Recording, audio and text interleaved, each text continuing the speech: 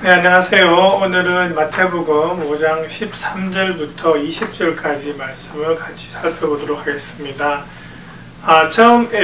지난주까지 그 팔복을 이야기하신 예수님께서 이제는 넘어오면서 앞에 말씀에 이어지면서 이제는 또 소금과 빛을 이야기하시고 그 다음에 넘어가서는 또 그 17절부터는 또 율법을 이야기하시거든요. 조금씩 이제 말씀이 이렇게 확장되는 것을 우리가 이제 볼 수 있습니다. 근데 이제 소금을 이야기할 때 제가 이제 그 하나 참고로 이렇게 알려드리고 싶은 것은 사실 소금은 짠맛도 있겠지만은 여러 가지 기능이 있습니다. 그죠? 이 부패를 방지하는 그런 기능입니다. 또 맛을 내는 기능이 있고요.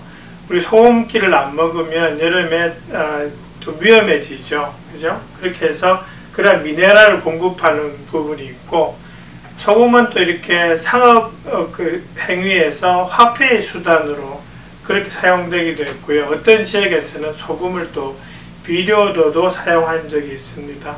이렇게 소금은 다양한 기능이 있는데 그 중에 가장 핵심은 이 짠맛입니다. 근데 이 짠맛은 사실은 화학적으로 이야기하면 연마나트륨에서 나오죠. 근데 이것은 저절로 없어지는 성분이 아닙니다.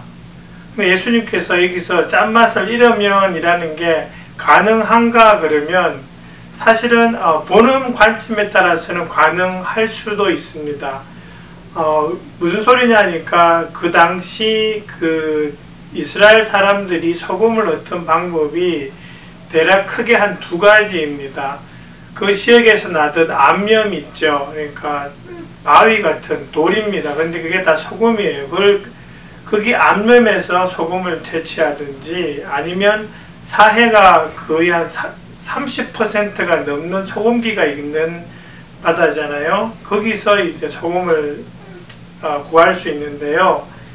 문제는 이 암염은 그 안에서 이렇게 소금 성분이 쭉 빠져나가고 난 다음에 그냥 금만 남은 그런 소금처럼 보이는 그런 암염, 그렇지만 진짜 소금은 빠져나가 버린 그런 암염은 있죠.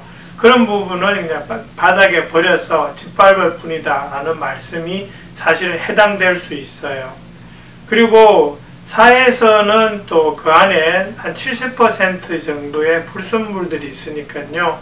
그것을 정제하는 방법에 따라서는 잘못하다가는 소금처럼은 보이지만 불순물 덩어리가 나올 수 있습니다. 그래서 그런 것은 짠맛이 없는 또는 짠맛을 잃어버린 그런 소금이 될 수 있어요.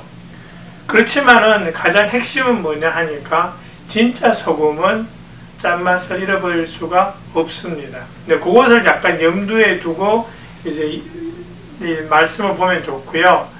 그 다음에 나오는 것이 세상의 빛을 이야기하시는데 산 위에 세운 마을은 숨길 수 없다 하면서 밑에 보면은 등불을 켜서 말 아래에다 내려놓지 아니하고 해서 하는데 요 15절에 나오는 이 말을 가끔씩 그것을 타는 말, 홀스로 이해하시는 분들이 있더라고요.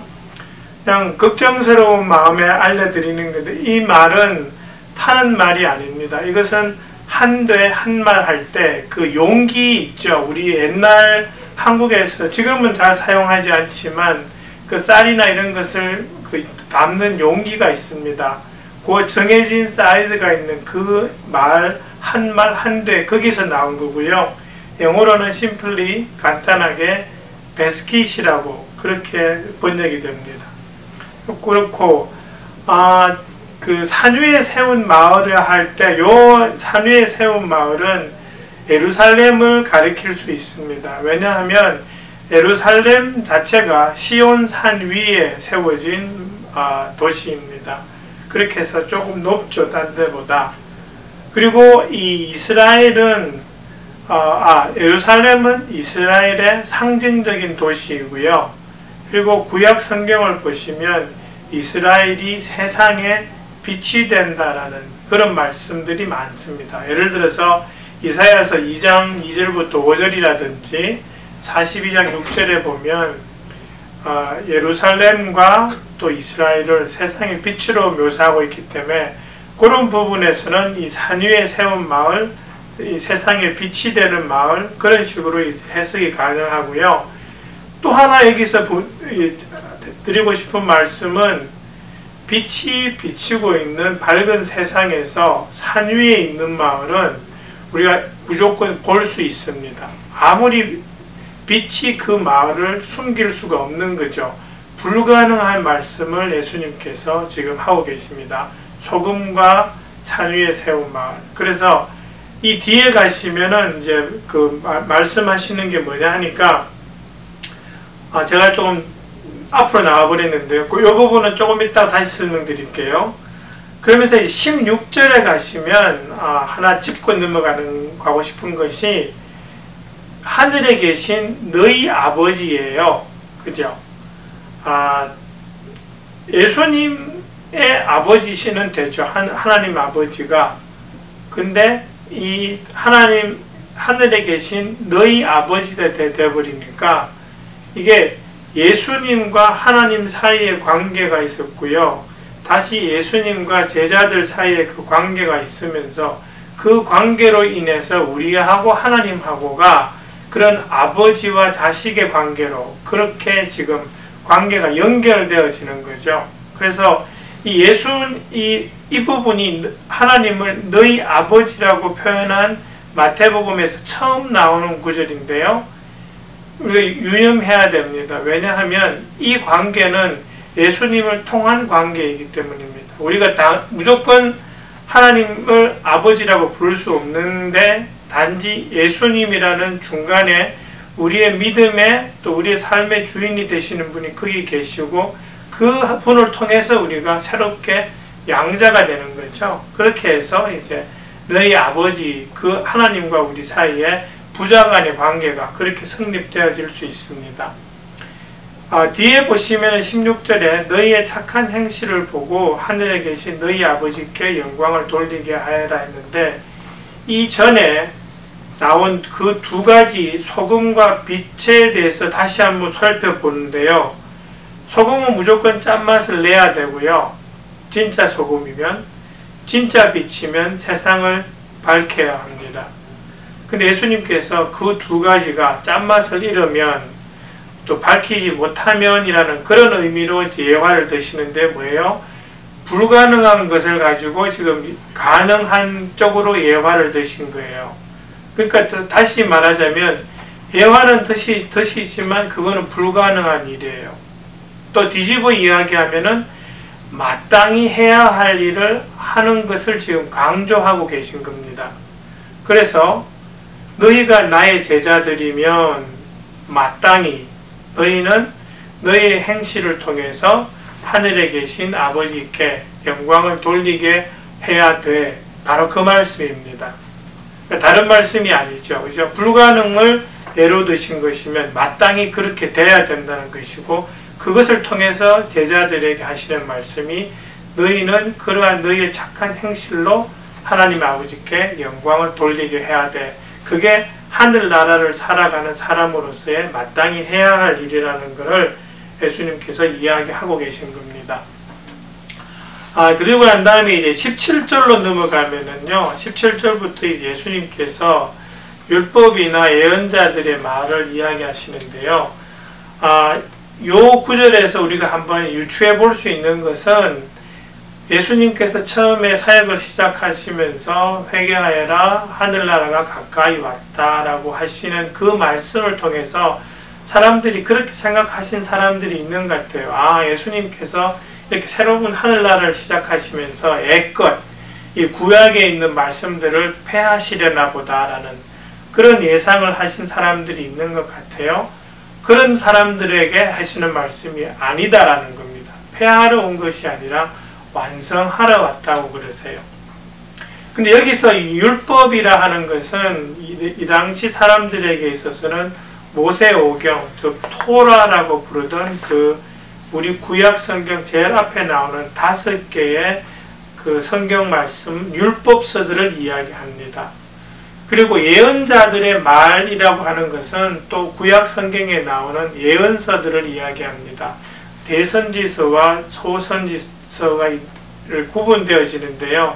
그것이 이제 양으로 구분됩니다. 그러니까 뭐 사람들이 유명하고 그런 것이 아니라 예를 들어서 이사야서나 예레미야서 같으면은 엄청 양이 많죠. 그런 부분은 대선지서로 들어가고요.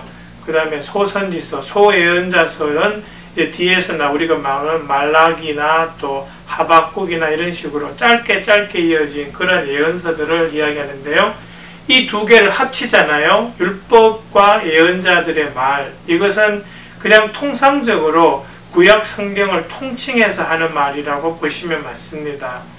실제로 구약 안에 율법서가 있고 예언서가 있고 시편 같은 그런 시가서들이 있고 역사서들이 있지만 그냥 통칭해서 율법과 예언자들의 말 그러면 구약에 나온 하나님의 말씀, 구약 성경 모두 그걸 통칭해서 하시는 말로 생각하시면 맞고요. 그러니까 이제 율법이나 예언자들의 말, 예전에 있었던 모든 구약 성경의 말을 폐하는 것이 아니다.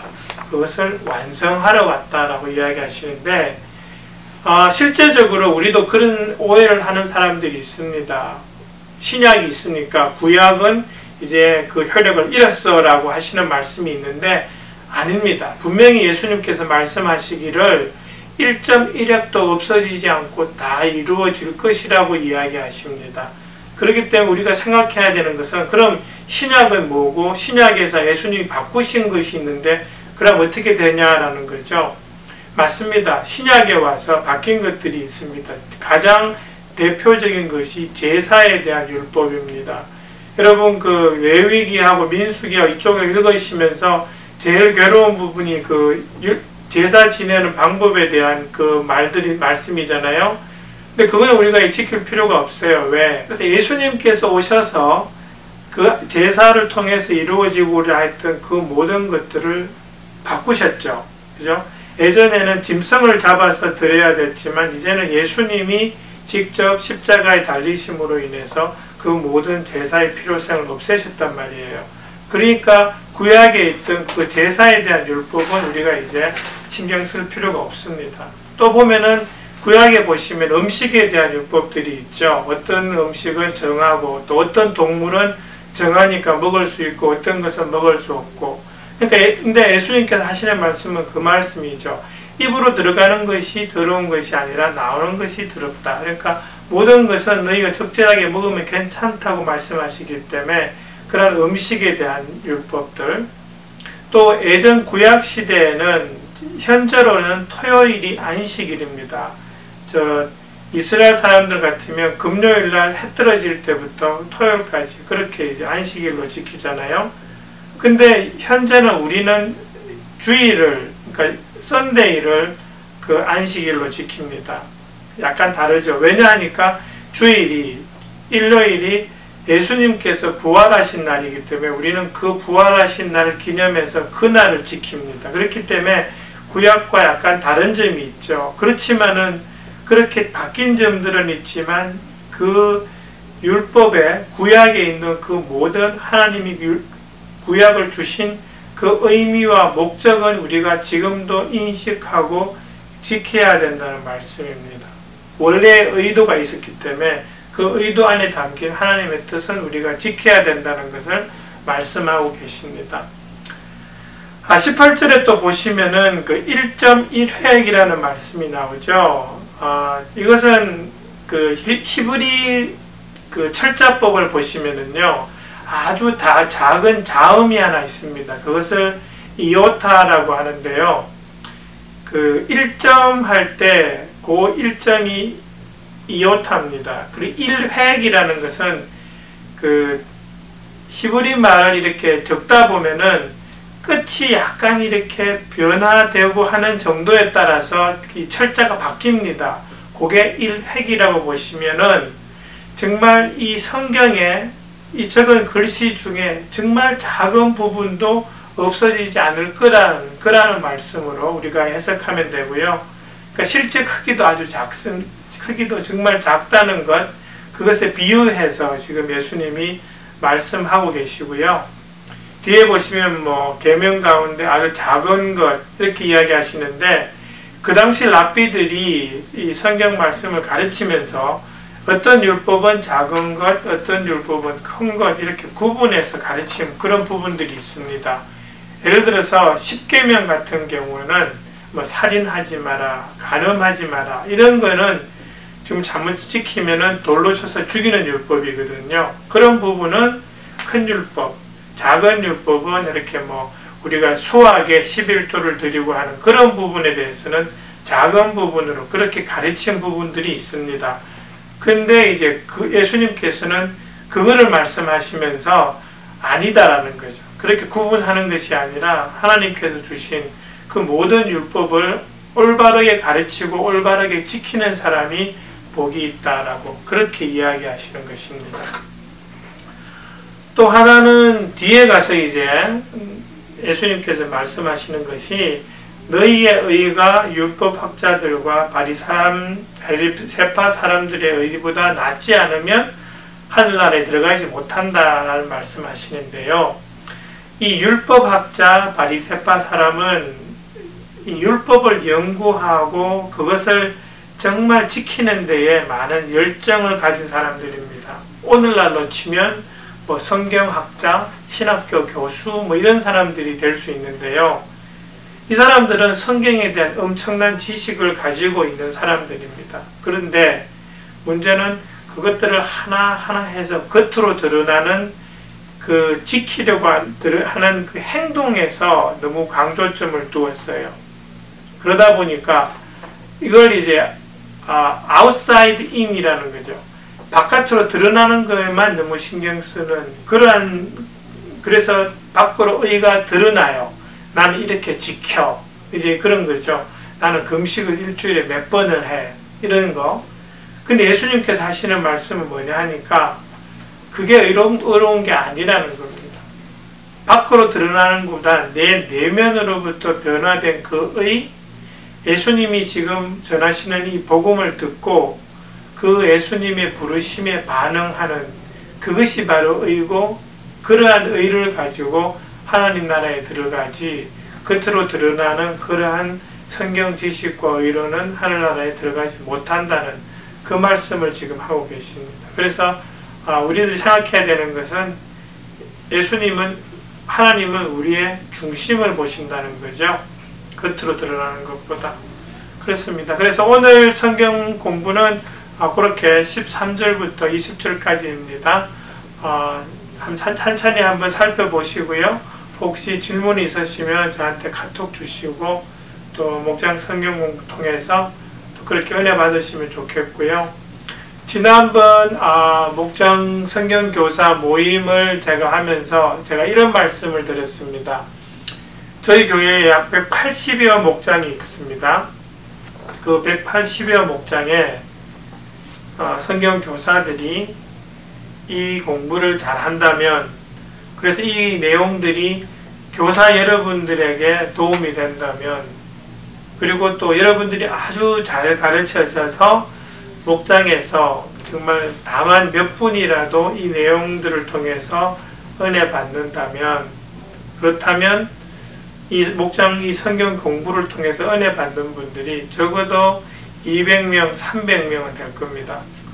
저는 진짜 솔직히 말씀드려서 저희 교회 모든 목장 식구들이 이 목장 성경 공부를 통해서 은혜 받으리라고는 예상치 않습니다. 왜냐하면 많은 분들이 이 나눔에 신경을 쓰시거든요. 그렇지만 적어도 목장 성경 교사들이 여기서 은혜를 받고 성경 지식이 늘어나고 진정으로 하나님을 알아간다면, 그리고 여러분들이 그것을 통해서 아까 예수님이 말씀하신 그 부분이에요. 16절 말씀이에요. 그들의 착한 행실을 보고 하늘에 계신 너희 아버지께 영광을 돌리는 그것처럼 여러분들 180여 분이 진짜 이 성경 공부를 이해하고 그것을 통해서 은혜 받으시고 그것을 다른 사람에게 나누기 시작해서 그것을 통해서 다른 사람들에게 영향을 미친다면, 그래서 적어도 이 목장 성경 공부가 시간 낭비가 아닌 적어도 한 200~300명, 많게는 400명 그렇게까지 은혜를 끼칠 수 있다면 그것으로 저는 만족합니다. 그것이 진정하게 정말 적어도 이 목장 성경 공부를 하는 그런 의미로운 시간이 되지 않을까라는 그런 예상을 합니다. 네, 그렇게 먼저 은혜 받으시고 수고해 주시면 감사하겠습니다. 감사합니다. 수고하세요.